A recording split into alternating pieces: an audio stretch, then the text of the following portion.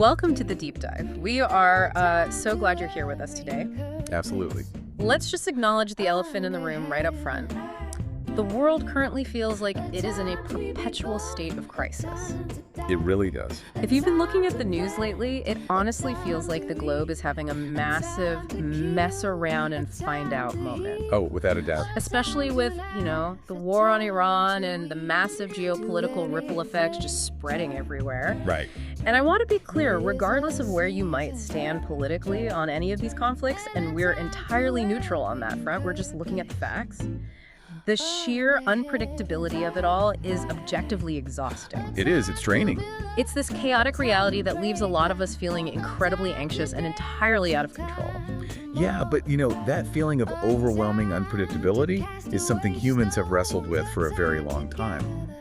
When the modern news cycle gets to be too much, it can actually be incredibly grounding to step back and look at how our ancestors processed that exact same anxiety. Because they definitely had it. Oh, absolutely. I mean, they didn't have 24-hour news networks, but they certainly had geopolitical chaos, sudden economic ruin, and an acute awareness of their own mortality. Yeah, human nature hasn't changed.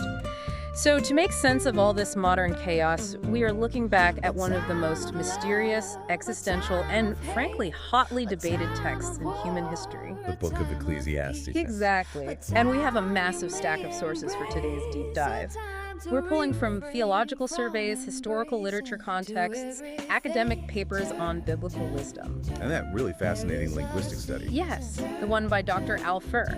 It's incredible. So our mission today is to do a light, fun, chapter-by-chapter review of this ancient text and really extract the objective truths it offers about how to actually navigate the unpredictability and crises of life. It's a tall order, but it's a great book for it. Okay, let's unpack this. Where exactly does this book come from? Right, so to set the scene, the book of Ecclesiastes lives in the section of the Hebrew Bible known as the Tanakh. Specifically in the Ketuvim, which translates to the writings. It's also a foundational part of the Christian Old Testament, grouped within the wisdom literature. Got it. And the book is narrated by a figure who calls himself Koheleth. Koheleth, and our sources translate that roughly to the teacher or the assembler, right? Yes. But who is that, historically speaking? Well, traditionally, Koheleth has been identified as King Solomon, writing in his old age. Okay. Now, whether it was literal of Solomon or maybe a later writer using him as a literary persona, the framing is crucial to how we read the text. Because this is a narrator looking back on a life where he had ultimate wealth, absolute power, and unparalleled wisdom. The peak of the peak. Exactly. He's effectively sitting at the pinnacle of human achievement and giving us his unfiltered, brutally honest assessment of what it all actually amounts to. Which is pretty rare. Now, to really understand what Ecclesiastes is doing, our sources emphasize that you have to understand what it's responding to. Yes, the context is everything here. It seems to be a direct response to another famous biblical text, which is the book of Proverbs. But how exactly do these two texts interact? So Proverbs presents a very predictable, ordered world. It operates on a concept that scholars call the retribution principle. Let me pause you there. What does an ordered world look like under the retribution principle? Basically, it's a formula for life. Essentially, do good and you will be blessed. Do bad and you will be punished. Just a straight one-to-one correlation. Right.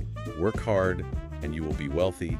Be lazy and you will be poor. It's neat, it's logical, and it is highly structured. It gives you the illusion of control. Exactly. It gives the reader a sense of total agency over their own destiny. Then Ecclesiastes comes along and completely shatters that illusion. Completely shatters it. It presents a world of absolute existential chaos. What's fascinating here is that Koheleth actively observes the breakdown of that formula. He tests it out in the real world. Right. He looks around and sees the righteous suffering terrible fates while the wicked prosper and live long, comfortable lives.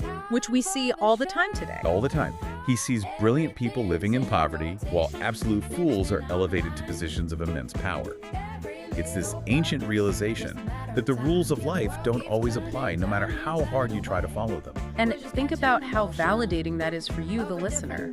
How incredibly frustrating is it when you do everything right? Yeah.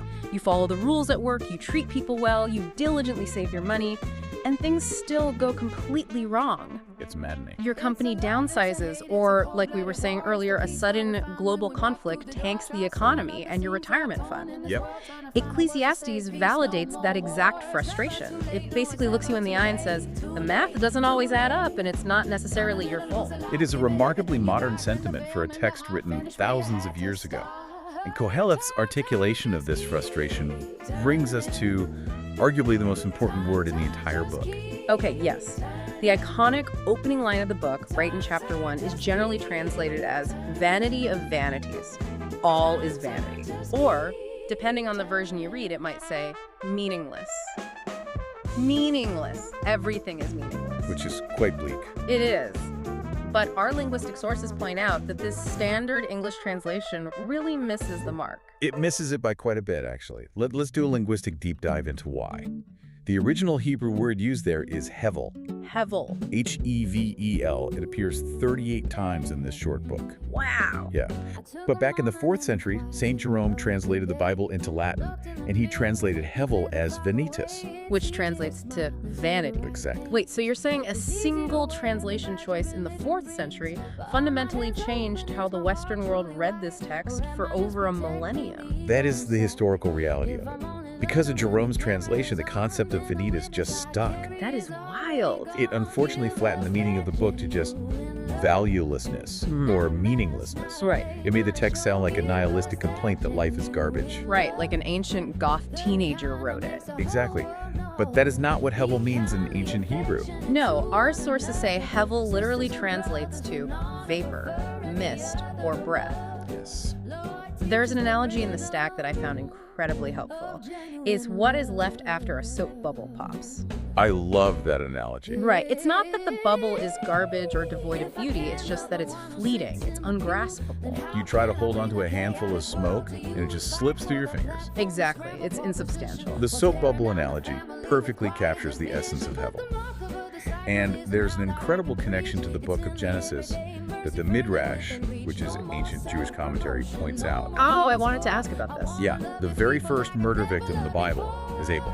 Right. His name in Hebrew is Hevel. I had no idea about that connection before reading the sources. How does the Midrash interpret that? The commentary suggests that Abel's life perfectly personifies the concept of Hevel. His life was tragically short, abruptly interrupted by his brother Cain, and completely unpredictable. He didn't do anything wrong to deserve his fate. Exactly. The retribution principle failed him entirely. His existence was a literal vapor. Here's where it gets really interesting. Dr. Alfer, one of the scholars in our source stack, breaks down this concept of Hevel into 4 families of meaning that Koheleth uses throughout the book to describe the human experience. This was a major light bulb moment for me reading the sources. Same here. Let's walk through those slowly because they really reframe how you read the text. The first family is transients. Right. Transient simply means that life is fleeting. The moments we experience, whether joyful or painful, pass quickly.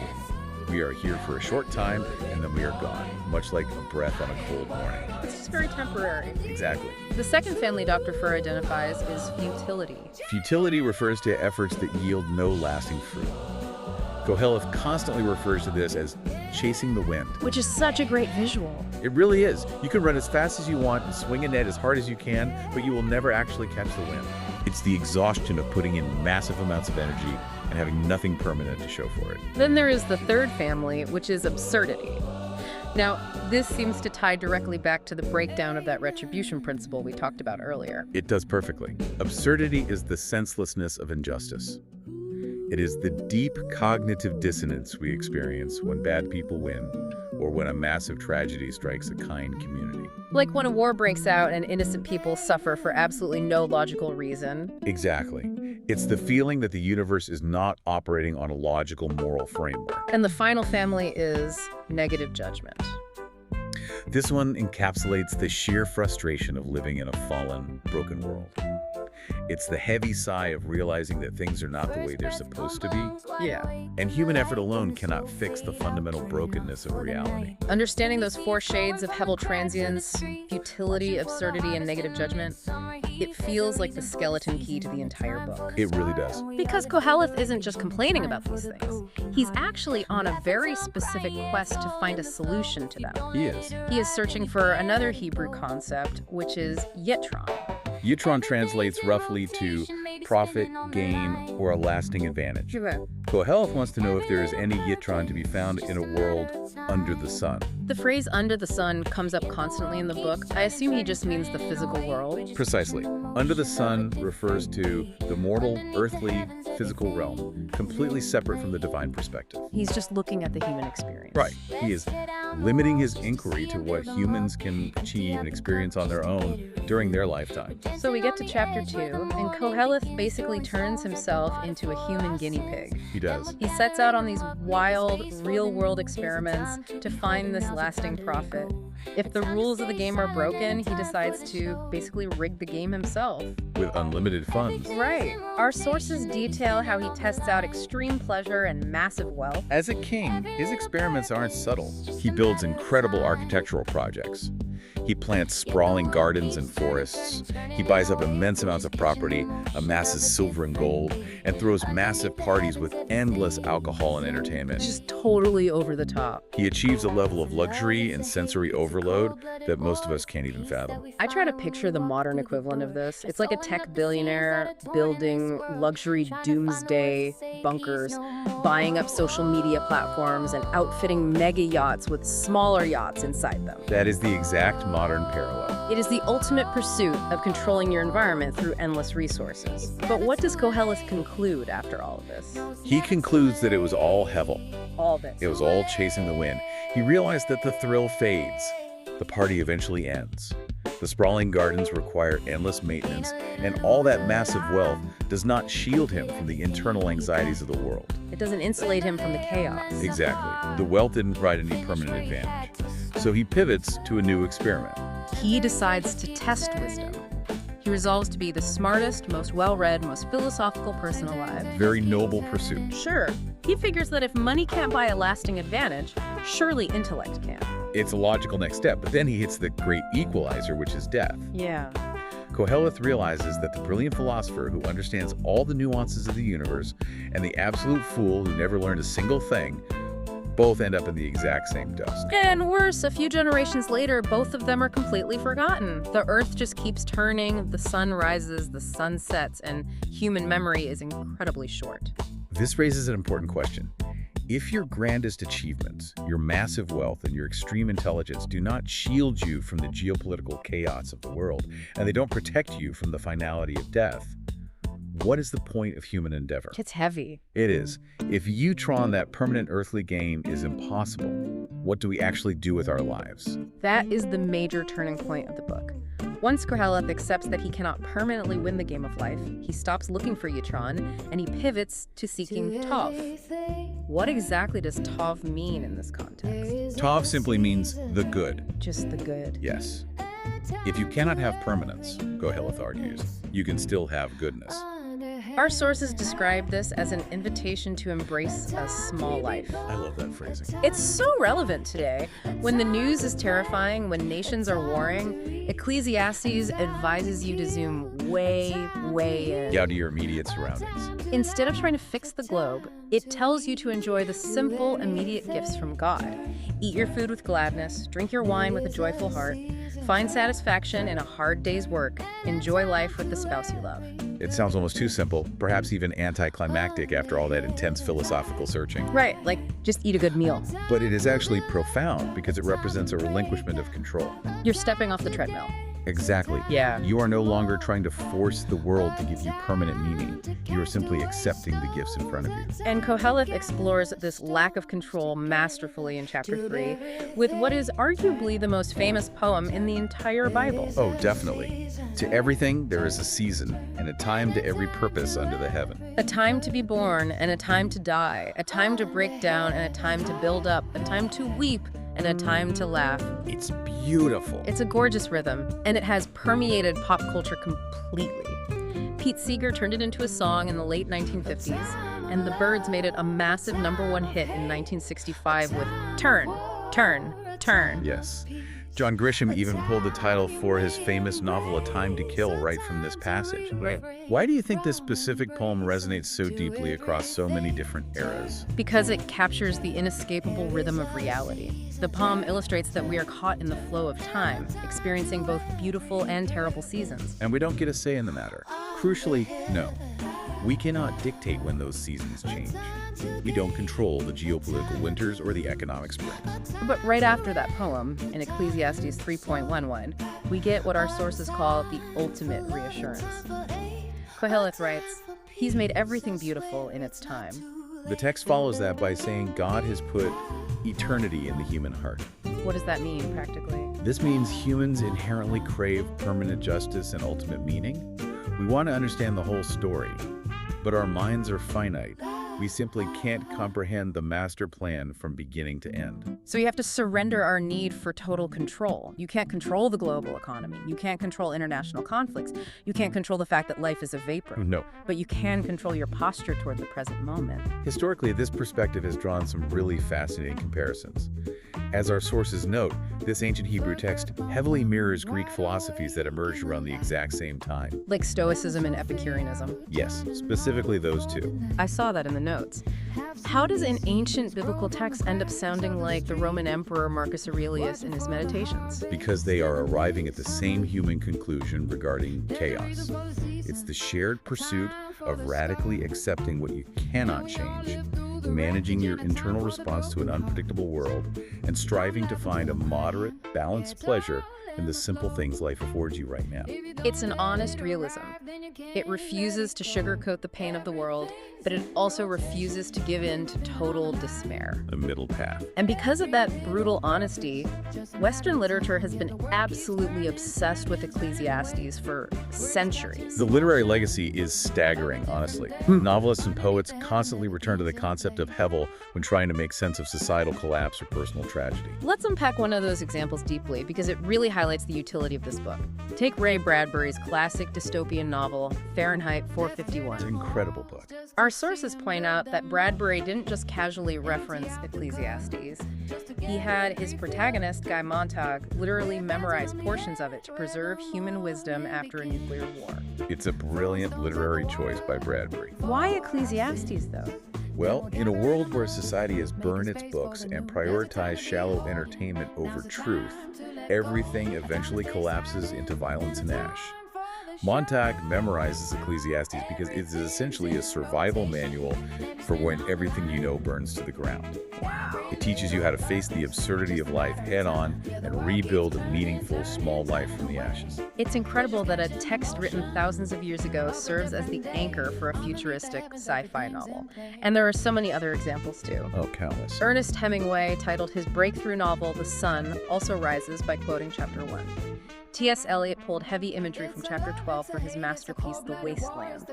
The fundamental human condition simply hasn't changed. The vapor remains, whether you are a king in ancient Jerusalem, a modernist poet in the 1920s, or someone doom-scrolling the news today. So what does this all mean? We get through 11 chapters of experimenting, questioning, and observing the frustrating Hevel of the world. How does Koheleth finally wrap it all up in the epilogue in Chapter 12? The conclusion of the matter is remarkably focused. After all the philosophical wandering and the realization that earthly pursuits are chasing the wind, the final advice is twofold. Okay. Remember your Creator in the days of your youth, and fear God and keep His commandments, for this is the whole duty of mankind. And our sources highlight that he adds a crucial final thought to that. For God will bring every deed into judgment, including every hidden thing, whether it is good or evil. Why is that specific line so important to the overall message of the book? That last line resolves the tension of the entire text. Throughout the book, Koheleth laments the absurdity of life, that the bad guys seem to get away with it and the good guys suffer. It feels terribly unfair. It really does. But the epilogue assures the reader that the story isn't over when we die. While life under the sun feels like an unresolved mess, the promise of God's ultimate judgment means that justice will eventually be served. The scales will eventually be balanced. Yes. And because of that divine accounting, our actions, Even the smallest, most hidden ones, the quiet moments of choosing to do good when no one is watching do, ultimately matter. They aren't vapor in the eyes of eternity. It's such a powerful place to land. So for you listening right now, when the crises of the world feel completely overwhelming, when the news about wars and geopolitical tensions makes you feel like everything is spinning out of control, remember that humans have been wrestling with the unpredictable vapor of life for thousands of years. You're not alone in it. Exactly. You are not required to solve the puzzle of the universe. You are not required to single-handedly fix the global landscape. You are just invited to enjoy the meal in front of you, love the people around you, and do good today. If we connect this to the bigger picture, Ecclesiastes is not a book of despair, even though it starts by calling everything a vapor. When you truly understand the text, it is a book of profound relief. Relief. Yes, it frees you from the crushing burden of trying to outsmart mortality or control the uncontrollable. It gives you permission to be human, to be finite, and to trust that the universe is in hands much larger than your own. Permission to be finite. That is a huge weight off the shoulders. As we wrap up this deep dive, we want to leave you with one final provocative thought to mull over on your own. A thought experiment. Yes. If you knew with absolute certainty that none of your grandest professional achievements, none of the wealth you accumulated, and none of your social status would be remembered by anyone in 1,000 years, how would that change the exact way you choose to spend this upcoming weekend? Think about it. Thanks for taking this deep dive with us.